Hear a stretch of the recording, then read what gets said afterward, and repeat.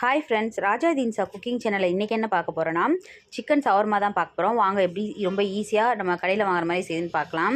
நம்ம சப்பாத்தி மாவு பிசையோம்ல அந்தளவுக்கு நல்லா மைதா மாவு நான் ஒரு 1/2 கிலோ எடுத்து பிசைஞ்சு வச்சுருக்கேன். நான் போன்லெஸ் சிக்கனாக எடுத்து 65 நம்ம மசாலா போடுவோம்ல அதே மாதிரி 65 போட்டு எடுத்து இது மாதிரி பொரிச்சு எடுத்துகிட்டு குட்டி குட்டி பீஸாக நறுக்கி வச்சுருக்கேன். அதோட கொஞ்சமாக முட்டைக்கோஸ் எடுத்துக்கோங்க, கொஞ்சமாக கேரட் எடுத்துக்கோங்க. இதில் குடமிளகா கூட சேர்த்துக்கலாம், வேணா விருப்பம் தான் சேர்த்துக்கோங்க. நம்ம வீட்டிலே ஹோம்மேட் மயனோஸ் செஞ்சுருக்கோம். உங்களுக்கு மயனோஸ் ரெசிபி வேணும்னா நீங்கள் கமெண்ட்டில் சொல்லுங்கள், கண்டிப்பாக நான் அப்லோட் பண்ணுறேன்.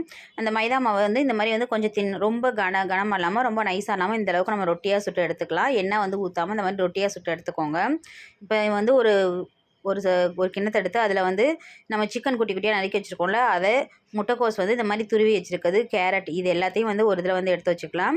இப்போ மயனோஸ் ரெடி பண்ணாலும் அதையும் இதில் சேர்த்துக்கலாம். பாருங்கள், சூப்பராக க்ரீமியாக சூப்பராக இருக்குது மயனோஸ். ஹோம்மேட் மயனோஸ் ரொம்ப சூப்பராக டேஸ்ட்டாக இருந்துச்சு. இப்போ இந்தளவுக்கு நல்லா மிக்ஸ் பண்ணி எடுத்து வச்சுக்கலாம்.